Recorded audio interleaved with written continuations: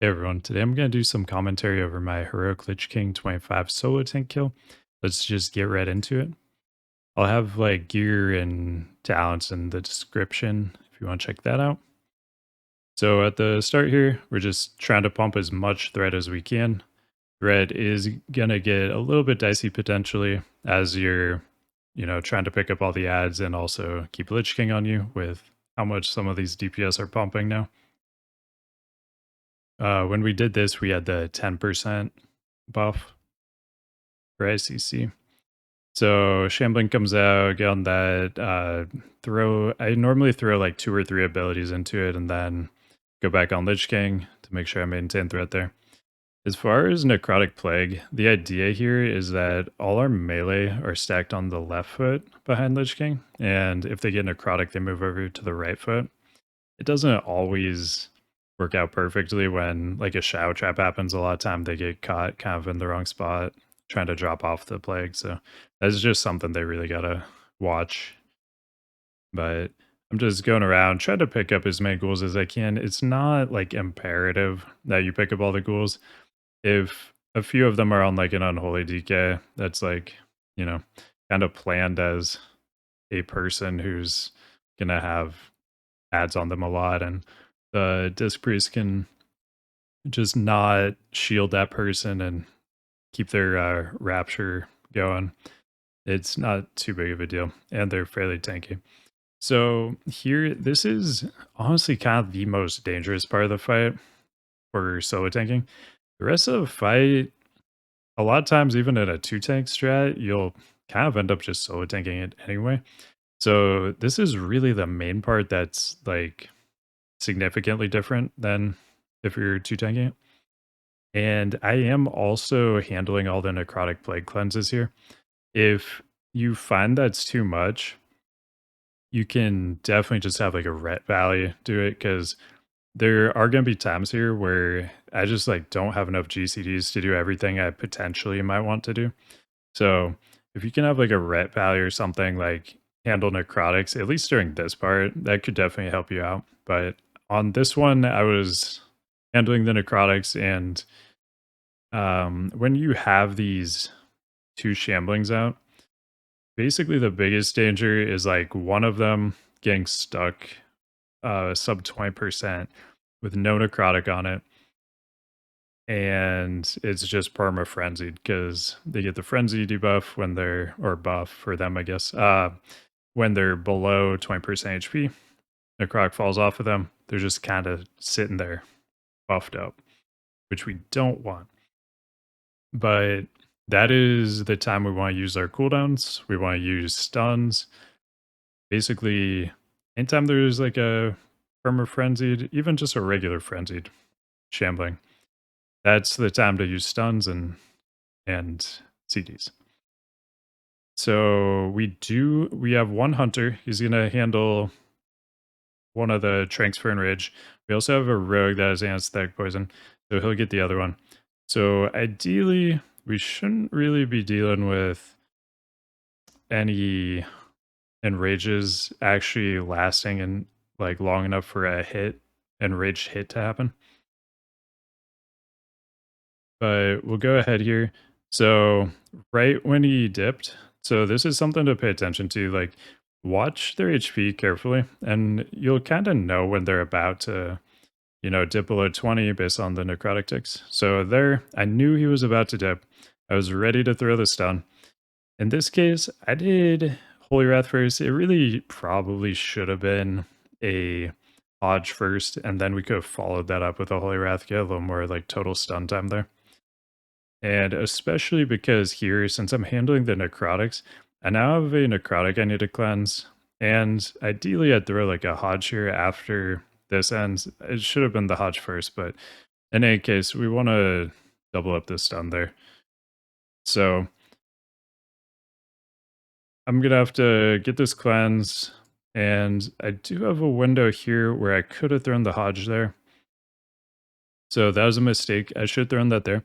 But we throw the wall there. That could have been a little bit earlier too. But this is definitely where you want to use the defensives. This double shambling portion, especially with the frenzy. This is 100% cooldown time. Definitely won't pop that. Okay, so this is kind of a nightmare scenario. We got, for me, since I'm like handling these necrotics.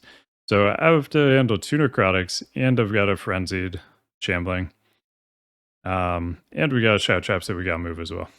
One thing too to consider too when you're throwing the stuns, if you like hodge a shambling and then a shout trap goes out on melee, that shambling is gonna lag like super far behind. And if it casts a shockwave coming out of that, the melee are probably gonna be in between the shambling and Lich King. They're gonna get shockwaved. So you really gotta be vocal about letting them know if there's a stunned shambling that's gonna like lag behind. And honestly, even if you tell them, they might still get hit by it. But here we are. This would have been a good time to call for PS2. I should have honestly probably just doubled up on the CDs here. I had walls, so I felt like it was all right. But and we did get DSEC at the same time, so it ended up being fine. But there's the pretty dicey situation. Also here, anytime a shambling ticks like really low and just sits there in frenzy, I'm calling for DPS to just switch to it because when they're like sub 10%, the DPS can kill that so quickly. Like the lost damage on Lich King's like barely gonna matter. And this is what's gonna kill you. Frenzy plus, second shambling plus Lich King.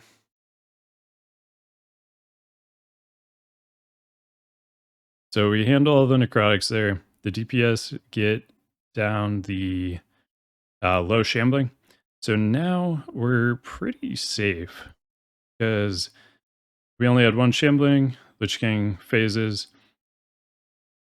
We got a good stack, so this won't die pretty quick. We're just gonna tank him close to the edge here. Shockwaves off the edge. And there, I should have stunned that. As soon as a frenzy happens, you really just got through the stun. So that was a misplay there. Definitely should have been stunned there. Just for safety. And then that Raging Spirit, you got, if it's gonna be a far one like that and you aren't really able to move to it, just let the DPS know like threats can be really bad on it and they gotta be a little bit careful. So once that one over there shrieked, I just moved across. This is where we want to kind of end up so we can get in onto the platform easily once the phase transition is over. So pick that one up, and you should have the tricks and MDs like spaced out, so you have at least something for each one. I should have popped my wings there too. Then I would have had my forbearance back up for the Soul Reaper that's coming up.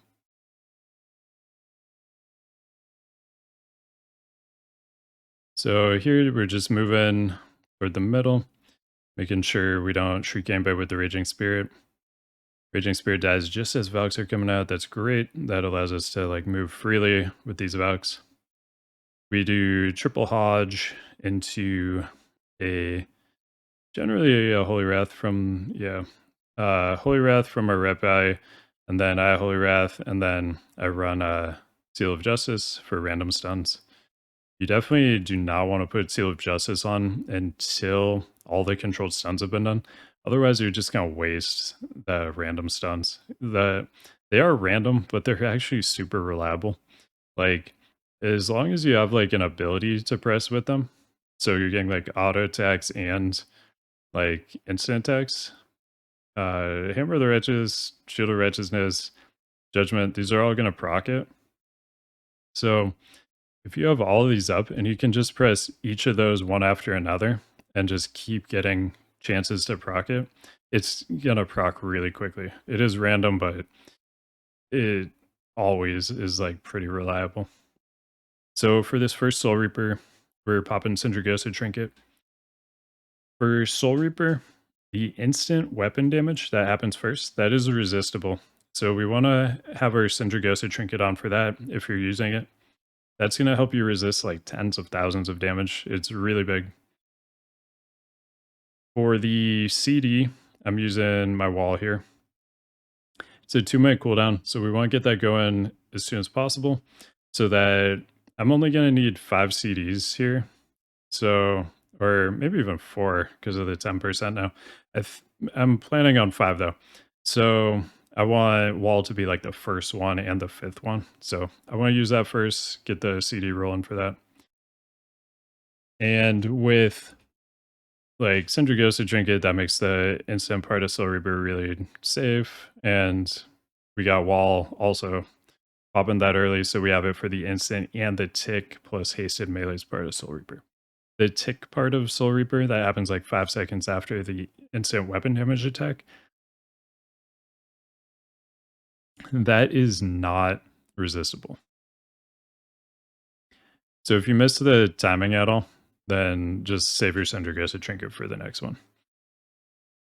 So here again, we're also, I mean, it's good to always just carry Lich King with you, even if you're like 2-tanking it. That way you get some cleave damage onto Lich King as you're going through killing the Valks. So here I have a D-set coming up. Actually, kind of misplayed this one. I've been redoing how or changing how I like to do this one. Also, the Soul Reaper before that, I used the Pain Sub on that one. So this one, my DSEC timing actually lines up really well with the Soul Reaper there. So what I'm starting to do is DSEC and salve on that one. Actually, I'm remembering now. I didn't actually misplay that one. So, but I do like the DSEC plus salve on that one just because of how the timing works out with my spot and the DSEC rotation. But that one there, it was actually planned to be our Ret Pally doing a bubble sack on me. And right as Soul Reaper was happening, he realized he had like the 30-second forbearance, I think, from Avenging Wrath. So he wasn't able to do it. And we found that out at the last second. So basically just kind of ended up having like DSAC-ish for that. Like it wasn't even really on at the best time. So with the 10% buff, I actually just kind of survived it.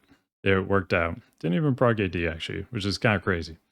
So you can definitely get away with some stuff as we're getting like this HP buff ramping up. But in going forward, my plan on that one is to do like DSAC and salve on that one. And then the next one coming up is the one I'm kind of doing the bubble sack from the red on in the future. That's the plan. But here, I actually just use salve on this one. It's also my turn to AM, so I'm popping my AM. But honestly, with the 10% buff, salve's kind of enough. And now, actually, at the time of making this video, the 15% just came out. And so this is just going to get easier and easier every single week. Or every 2 weeks, I guess, every time we get a buff. So more just Valks, same deal. That was kind of scary to file there, but we handled it. I got a little distracted there from that defile. I didn't quite do my wall timing right. He'd hit me with like the instant Soul Reaper, and I didn't get my Cindy trinket off. I popped the wall like after I'd gotten hit. Ideally, you want to pop it like right before the instant Soul Reaper hit goes out. So you have it for that. You have it for like melees around that. You have it for the tick and the hasted melees. If you can wall like right before he puts on you, you'll just have wall for everything. Generally, I'm not in danger from like the instant part of Soul Reaper plus like a melee around there.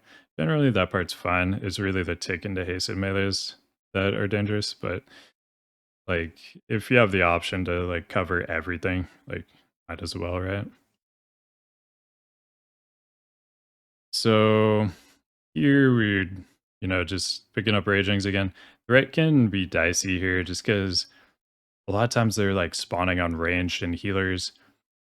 And you can't really move due to shriek a lot of the time. So gotta be really careful. Melee, well, all DPS gotta be careful. So there we got everybody kind of far back here, so I can do like a quick little flip there. Make Lich King kind of run to me. And in these Frostmourne rooms, basically what we do, we try to stand still as much as possible. So we go in the middle, kill a bunch of stuff, then run to the edge, and we're just gonna chill here for a while. Then we're gonna move up. Our skull marker, he's calling everything out when to move, but I like the way we do it because there's like very limited movement. It's like move to a safe spot, wait quite a while. You just get to sit there and heal. DPS get to kill the spirits and everything, then move.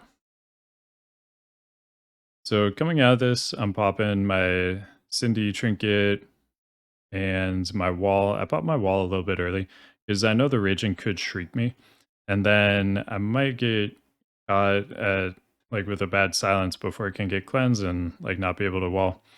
And the instant Soul Reaper damage is pretty dangerous right there because healers might still be, adjusting from coming out and wherever, the defile is being dropped at too. So we pop the wall there because with the raging attacking me too, plus the potential of like raging attack, shriek, Lich King attack, and Soul Reaper instant, like you can definitely get killed there. So want to wall like a little bit early there, just to make sure you don't get silenced at bad time and find yourself unable to do so when you need to. And just not let that burst happen, basically. The Soul Reapers in this phase are actually really easy to deal with. A lot of times they'll just kind of line up with him casting Vile Spirits, the tick will. So like when the tick happens, he'll like be casting Vile Spirits or start casting it right as the tick happens. So you don't really need like CDs for those, but you have extra time for your CDs to kind of come back during this Frostmourne phase. So if you have like a small CD, I usually throw that for like the second one. I usually use bigger CDs on the first one because that's where we're first coming out of Frostmourne and there's a defile happening around there. Things can sometimes be a little more hectic there. We're also just like moving across the platform, right? So since there's like movement happening here and everything, I like to use the CDs here. And when you call for PS, ideally the timing here, it won't always be perfect, right? But the timing you're aiming for is like zero point 0.1 seconds before the instant weapon damage of Soul Reaper hits you. You have PS on you. So you have it for that part. And then you have like 3 seconds of it for like the tick and 3 seconds of hasted melees toward the end of it. That's the ideal timing. Obviously not always gonna be perfect, but if you can at least get like the instant part and the tick and at least a second or two after the tick happens, that's great. But the most important thing is that you have it for the tick and some hasted melees. So make sure you at least have that part. But like I said here, in this phase, a lot of times he's gonna cast Vile Spirits like right as this is happening. So let me just rewind that really quick. Make sure we see this. So you can also delay when he's gonna Soul Reaper you by making him run to you because he won't cast it until he reaches you. If you're like right on him and he's able to just cast it immediately, this timing won't work out as well, potentially. So here you can see we got Soul Reaper about to tick. It's gonna tick now, and he casts Vile Spirits same time. So this is super safe because we aren't dealing with any hasted melees here. The tick happens, and he's hasted right now while he's casting Vile Spirits, so it's not dangerous at all. So he's just completely nullified his entire hasted melees. And now we're just back to business as usual. So there are DK taunted there. It happens. I'm sure you guys have seen that before. So he taunted the boss. He died. That's what happens. And then we're just moving back across. We're going to take another Soul Reaper here. And you can see the Vile Spirit stabbing. It's going to line up very well for us here. So tick happens while he's casting Vile Spirits. So I know I don't need anything there because I'm just, as long as I'm topped, I'm just going to take the tick and he's just busy casting. We got nothing to worry about there. So really pay attention to like Soul Reaper versus Vile Spirit cast timing because a lot of times you just don't actually need to use anything because he's just kind of going to screw himself by making the tick happen at a time that he's casting. In here, so my healers do have me go AM spec just to cover all the infests earlier in the fight. This is a good time to look to use it if you do happen to be AM spec. You can use DSEX or AM, Shao AM in here to try to help out. Try to just do whatever you can in here. Both of those cooldowns also great for helping people soak vials too, if needed. But generally, Shao Priest and then like some immunities can handle that, no problem. So coming out, did the wall again. I really like that there just because of all the movement and everything. And then vials were being handled over here. So I was taking them out kind of around this side there. But then we're able to kind of reposition, go a little more straight here once that was handled. So we're going to take a Soul Reaper there. And the timing wasn't...